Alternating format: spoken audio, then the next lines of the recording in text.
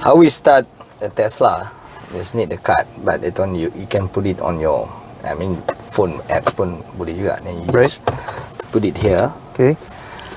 And you tap your brake. Then that's it. Voila. That's it. That's it.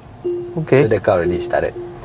So I need to give you some thrill to feel it. So I mean, this is the gear lever. Everything was very simple. This is how we adjust the aircon. It's all here. And most of the control panels are on the screen. So at the moment I have 88% battery. I can travel up to 478 kilometers, and it costs me about 34 ringgit per full charge at home. Oh, right. So but it will cost you differently when you charge in a paid charges, terminals and all this public charges. So what interests me in this thing is actually mostly about this lah, the energy that you consume based on distance and kilometer and things like that, right? So this actually translates into the carbon avoidance and whatnot. So this is mainly that what I'm looking for, basically. Correct. Right. So other things are basically it's a mobility device. It's like you're driving a phone. It's no longer a car. Yeah. So you don't have any service, and you just need to download your software. Depends on so this is the service, I would say. So I mean, there are certain things because that you need to undergo service program, tapi it's very little lah, because mechanical parts not that as much as before, right? So I need to, yeah. So then we have charging. So the battery is actually dekat undercarriage, right? So we have, this is dual motor, so practically it's a full-time four-wheel drive. So when we charge, then it tells you, yeah, to make sure that we have a good healthy for the battery, you cannot charge it up to 100%. It's always to be charged at I would say 90%. And this is graph and consumption based on your behavior. Right. So this is real-time monitoring.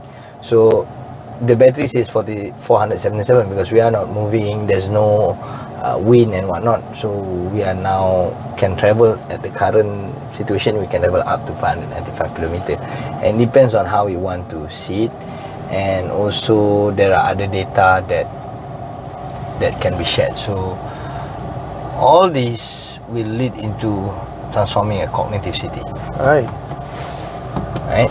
So the car is so silent till you hardly hear anything. Yeah, you hardly hear anything. And the tires is actually harder than a normal car.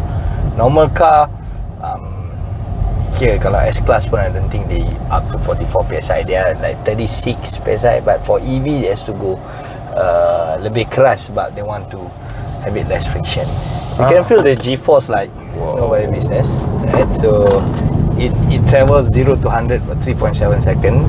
And why I can do it this way, because it gave a good response, 1-to-1 response. You don't have any lagging. You can brake it when you want to brake. You can press it when you want to go. So there's no lag in EV. How's it? Right? So the power delivery is like, you know, they give you when they want to give you.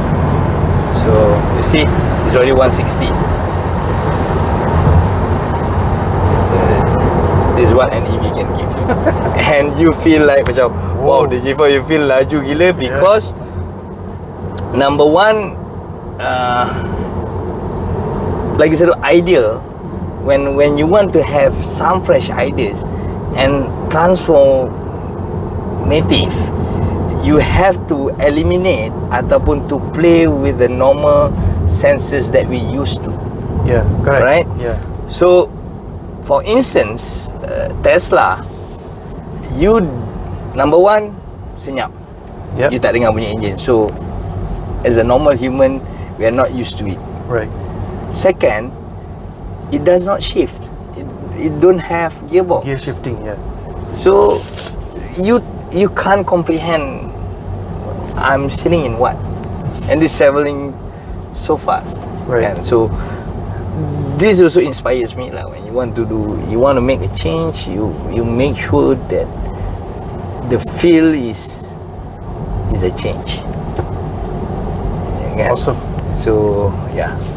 So it can detect everything. So apparently this car today can't do the autopilot side. I don't know why, I need to check. Right. But the other car actually can do that. No problem. So I cannot demo you the autopilot. So you see ni, jadi kalau ni jalan dia akan dia bising kan.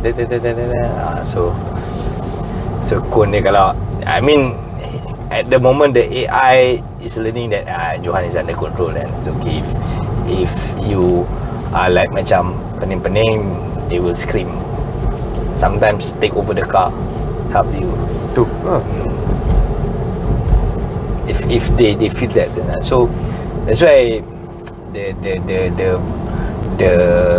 download of the upgrading of the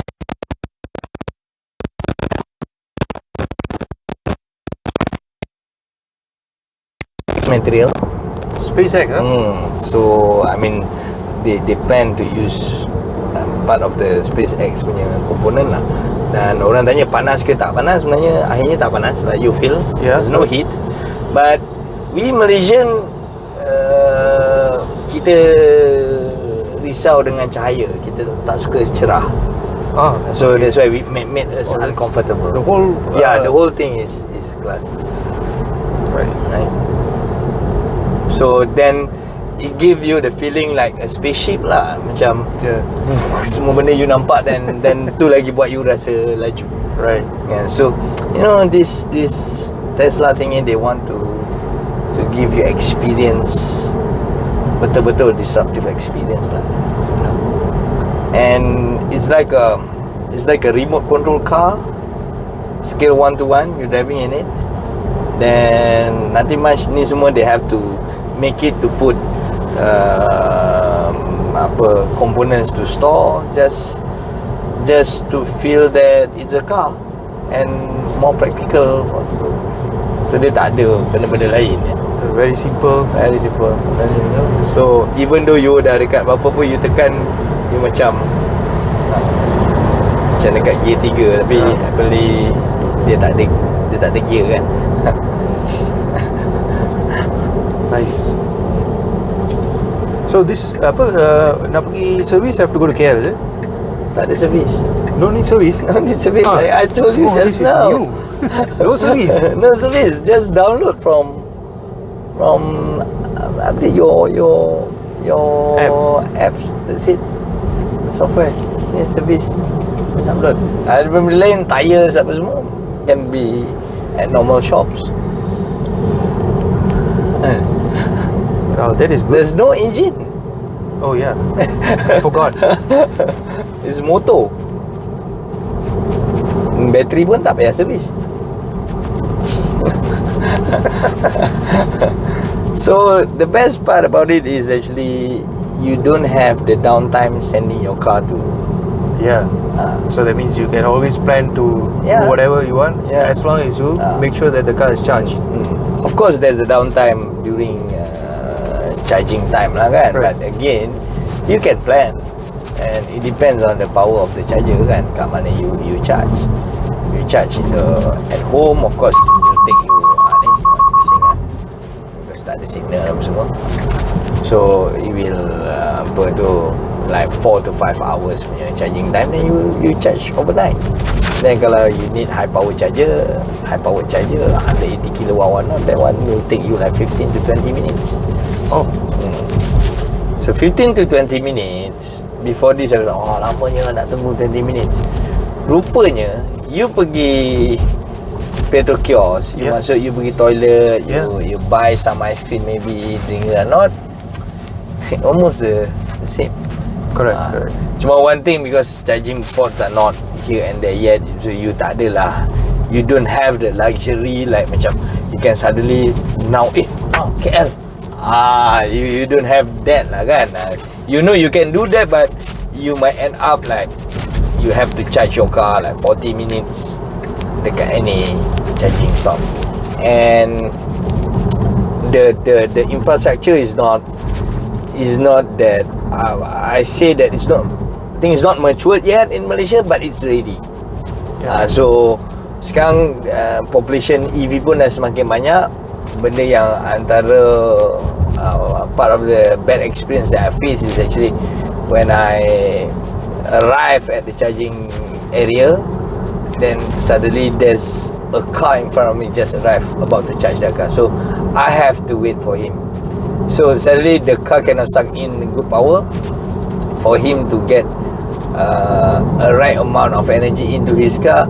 He needs an hour in front of me. So I got no choice, but I have to wait for him to finish to charge his car about an hour before I charge my car for another 20 minutes. So that's the downside of it lah. Correct. But probably time but to the chances for you to berebut and things like that, I think 1.5/10. Most of the time no issue. Tapi once you terkena, means you terkena lah, jumpa orang lain you know. So that I mean, in a year driving a Tesla, I faced that once. Second part is actually again, you have to plan everything. If you don't plan, then suddenly you thought that the charger is working, then suddenly macam, oh shit, charger rosak. You have come across that also? Yes. So then what's the alternative? The alternative, then I make sure that I find the nearest charger, but again I look at how far more I can travel. So I never charge macam dah tinggal 10%, 15%. If I'm in the area of yang I'm not familiar with, so I only allow like 40%, then I start juicing in another 30% like that. So waktu tu kebetulan I have about 20%, so I know I can travel a bit more, so I charge a bit by using 3 pin. Dapatlah 1 or 3% sort of deal, at least gives me something, then I travel and cari lah.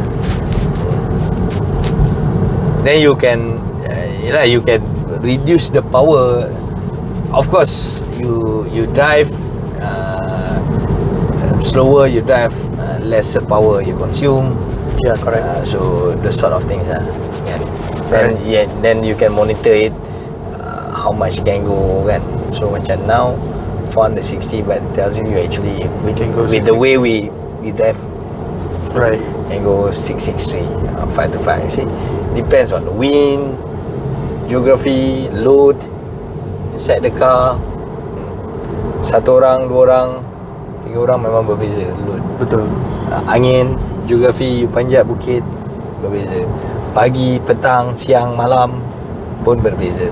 Because heat all give you, everything gives, it's very sensitive in that sense, in terms of consuming. At least power. It gives you the full package of what you need to know when you're traveling. So I hope you enjoy the Tesla. Oh yes, definitely. First time. This is definitely going into the Twitter, man. Tag both Johan and you guys should do something about it.